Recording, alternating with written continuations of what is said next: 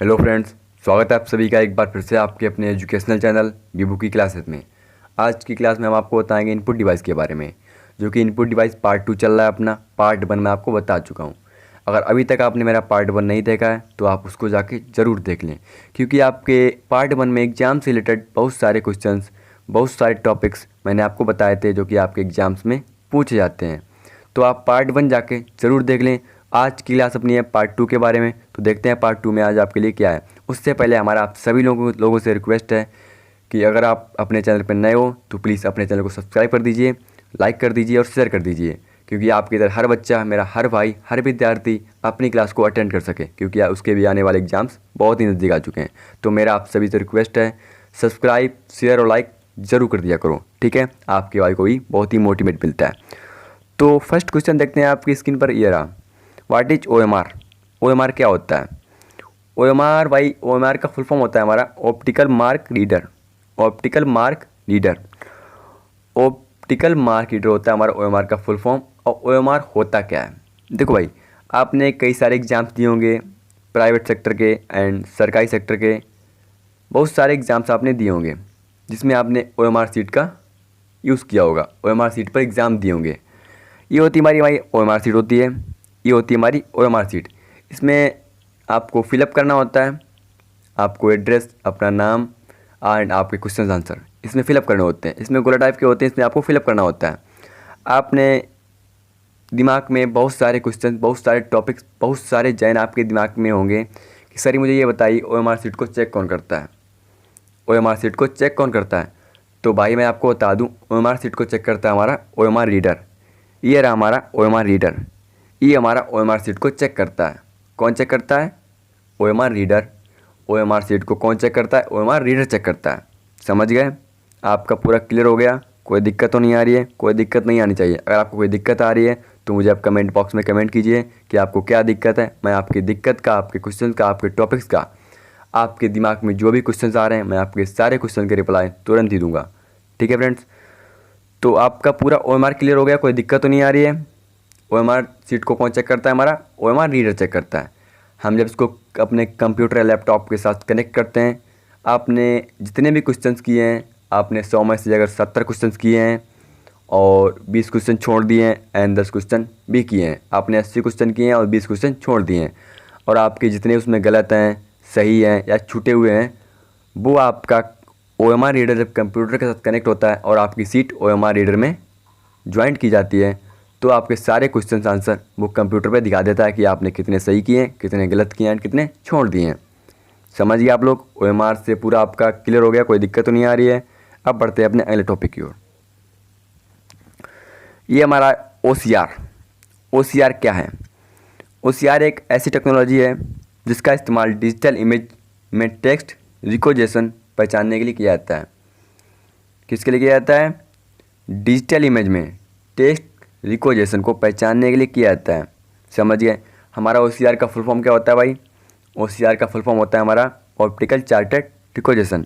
Optical chartered recognition, इसका इस्तेमाल commonly text recognition करने के लिए होता है।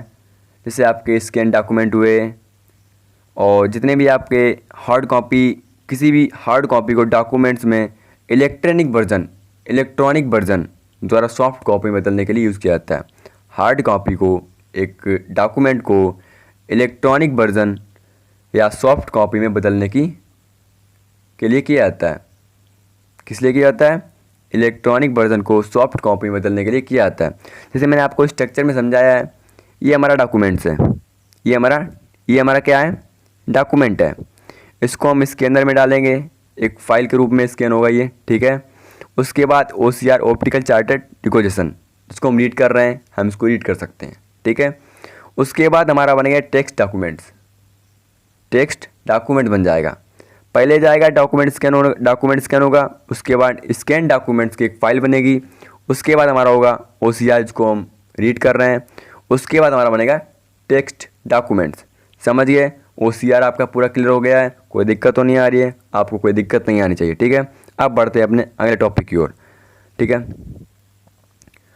What is microphone? माइक्रोफोन क्या है? ये क्वेश्चन आपके लिए बहुत ही इंपॉर्टेंट है, आपके एग्जाम्स में बहुत सी बार इससे रिलेटेड क्वेश्चन आपसे पूछ देते हैं, घुमा फिरा के पूछते हैं।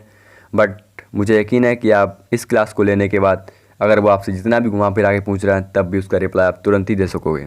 हमें आप पे 100% यकीन है। देखो माइक्रोफोन क्या है हमारा, माइक्रोफोन एक ऐसा इनपुट डिवाइस है। माइक्रोफोन क्या है, हमारा एक इनपुट डिवाइस है। कैसा डिवाइस है, इनपुट डिवाइस है, जो अपनी आवाज़ को डिजिटल में परिवर्तित करता है। किस में परिवर्तित करता है, डिजिटल में। जैसे आप किसी से बात करते हो, फ़ोन पे ही बात करते हो, फ़ोन पे बात कर रहे हो, तो आप बात कर रहे हो तो आपकी आवाज़ को किस में कन्वर्ट करता है, वो किस में करता है, आपका माइक आपकी आवाज़ को किस में कन्वर्ट कर देता है, डिजिटल में। आप लोग समझ लो डिजिटल क्या होता है। जैसे आपने बोला है, कुछ भी बोला है, तो आपकी आवाज़ जो रिकॉर्ड हो रही है उसे आप सिर्फ सुन सकते हो ना कि उसे पकड़ सकते हो, छू सकते हो, उसके साथ कुछ नहीं कर सकते हो सिवाय सुनने के। समझ गए आप लोग, वो हमारा होता है डिजिटल डाटा में परिवर्तित करता है। समझ गए, क्योंकि माइक्रोफोन यंत्र लगा हुआ रहता है, आपकी आवाज़ को पहचानने में टाइप करता है। जैसे आपने गूगल असिस्टेंट पे आप जाके कोई भी वर्ड इनपुट करते हो या कुछ भी बोलते हो, सर्च करते हो, तो आपकी आवाज़ को पहचान लेता है आपके क्या चाहते हो, उससे आप क्या आउटपुट लेना चाहते हो, क्या इनपुट देना चाहते हो, आपका तुरंत ही वो पहचान लेता है। समझिए आप लोग। अब माइक्रोफोन हमारे होते कितने प्रकार के हैं। जो मेन माइक्रोफोन है, मतलब जो यूजली माइक्रोफोन यूज़ आते हैं, वो हमारे कितने प्रकार के होते हैं, वो भाई हमारे 3 प्रकार के होते हैं। कितने प्रकार के होते हैं, 3 प्रकार के होते हैं। ये हमारे 3 प्रकार के माइक्रोफोन हैं। इसमें फर्स्ट है इसका शॉटगन माइक्रोफोन, ये आपको दिख रहा है, ये हमारा शॉटगन माइक्रोफोन है। एंड हैंडेड माइक्रोफोन, ये आपको दिख रहा है, ये हमारा हैंडेड माइक्रोफोन है। एंड लैपल माइक्रोफोन, ये हमारा दिख रहा है आपको, कॉलर माइक जो कि इसमें हम यूज़ कर रहे हैं, वो हमारा कौन सा है, लैपल माइक्रोफोन। ये वाला माइक्रोफोन फर्स्ट वाला है आपका शॉटगन माइक्रोफोन, सेकंड है हैंडेड माइक्रोफोन एंड थर्ड है लैपल माइक्रोफोन। आपका पूरा क्लियर हो गया। मैं आपका कोई भी पॉइंट्स साथ में सारे के सारे क्वेश्चन आपके कंप्लीट कराता चल रहा हूँ, क्योंकि बाद में सही मुझे ध्यान नहीं रहता, आपको पूछ नहीं पाते हो, इसलिए मैं आपके सारे के सारे क्वेश्चन साथ ही में कंप्लीट कराता चल रहा हूँ। ठीक है, अब पूरा माइक्रोफोन से रिलेटेड आपके सारे क्वेश्चन क्लियर हो गए हैं। माइक्रोफोन मेन कितने प्रकार के होते हैं, 3 प्रकार के होते हैं। कौन कौन से होते हैं, shotgun microphone, handed microphone and lapel microphone. ये 3 प्रकार के आपके मेन माइक्रोफोन होते हैं जो कि यूजली कॉमनली यूज़ में आते हैं। समझ गए। अब बढ़ते हैं अपने अगले क्वेश्चन की ओर, अगले टॉपिक की ओर। What is bar code reader. Bar code reader क्या है, बार कोड रीडर क्या है। मैं आपको एक बात बता दूं, बार कोड रीडर क्या होता है। जब आप किसी भी मॉल या बाज़ार या बड़ी शॉप में जाते हो, तो आप किसी भी सामान को ख़रीदते हो, बाय करते हो, तो अब जब आप कैश काउंटर पे जाते हो ना, जब आप कैश काउंटर पे जाते हो तो आपके सामान को स्कैन करता है। अब स्कैन कौन करता है, हमारा बारकोड रीडर स्कैन करता है, बारकोड रीडर स्कैन करता है। अब वो किस चीज़ को स्कैन करता है, आप लोग सोच रहे हो भाई कि बारकोड रीडर तो है, बट स्कैन किसको करता है, रेपर को स्कैन करता है। किस चीज़ को स्कैन करता है, वो भाई रेपर को स्कैन नहीं करता है। आपके रेपर के साइड में इस टाइप के बारकोड होते हैं, ये इस टाइप के बारकोड होते हैं जिसको वो स्कैन करता है। और स्कैन क्यों करता है, आपके प्राइस, जितने भी आपके प्राइस हैं, जितने भी उसमें सारा का सारा आपका डिटेल आ जाता है उस प्रोडक्ट के रिलेटेड, सारा का सारा। समझ गए, आपका प्रोडक्ट से रिलेटेड जितना भी डिटेल है। जैसे आपने आपका कोई बिस्किट मान लो, आप कोई भी बिस्किट मान लो आप, अब उसके साइड में एक बारकोड होता है, उसको बारकोड रीडर रीड करता है। आपके बिस्किट से रिलेटेड जितने भी उसमें जो कुछ भी है, उसका प्रोडक्ट है, मैन्युफैक्चरिंग डेट है एंड प्राइस है, सारा का सारा आपके सामने आ जाता है, बारकोड रीडर रीड कर लेता है। समझ गए। अब आपका बारकोड रीडर से पूरा क्लियर हो गया है, पूरा का पूरा क्लियर हो गया है। एक बात और है, बारकोड रीडर को हम लोग शॉर्ट में कहते हैं BCR। बारकोड रीडर को हम लोग शॉर्ट में क्या कहते हैं, BCR कहते हैं। ये भी क्वेश्चन आपके लिए इंपॉर्टेंट है, क्योंकि एग्जाम्स में पूछ देते हैं आपको BCR का फुल फॉर्म क्या है, तो आप बता सकते हो BCR का फुल फॉर्म क्या है भाई, बारकोड रीडर BCR का फुल फॉर्म है। समझ गए आप लोग। आपके एग्जाम्स में अगर आपसे कुछ भी पूछता है, वो कुछ भी पूछता है, तो आप, हमें यकीन है कि आप अपनी इस क्लासेस को अटेंड करने के बाद आपसे कंप्यूटर से रिलेटेड, इनपुट डिवाइस से रिलेटेड आपसे कुछ भी क्वेश्चन इनपुट पूछता है वो, तो आप उसका रिप्लाई यानी आउटपुट तुरंत ही दे सकते हो। समझ गए आप लोग? क्लियर हो गया आपका? कोई दिक्कत तो नहीं आ रही है? अब बढ़ते हैं अपने अगले क्वेश्चन की ओर, अगले टॉपिक की ओर। What is MICR? ये भी इंपॉर्टेंट क्वेश्चन आपके लिए, इंपॉर्टेंट टॉपिक है। MICR क्या है? MICR क्या है? MICR का फुल फॉर्म भाई होता है हमारा, क्या होता है? Magnetic ink character recognition. MICR का फुल फॉर्म होता है मैग्नेटिक इंक चार्टेड रिकोजेशन। अब आप सोच रहे हो भाई MICR होता कहाँ पे है, ये किस जगह पे MICR का यूज़ होता है? तो भाई हम आपको बता दें, MICR आपने अगर चेक देखी है, आपके पास चेक बुक होगी, तो मैंने आपको दिखाया भी, इसीलिए मैं आपको हर क्वेश्चन हर टॉपिक आपके साथ ही में क्लियर करते चल रहा हूँ कि आपको कोई दिक्कत ना हो। मैंने आपको दिखाया, ये आपको चेक बुक दिख रही है, चेक दिख रही है, इसमें मैंने आपको गोला किया है, इसमें रेड पेन से मैंने आपको गोला किया है, स्क्रॉल किया है।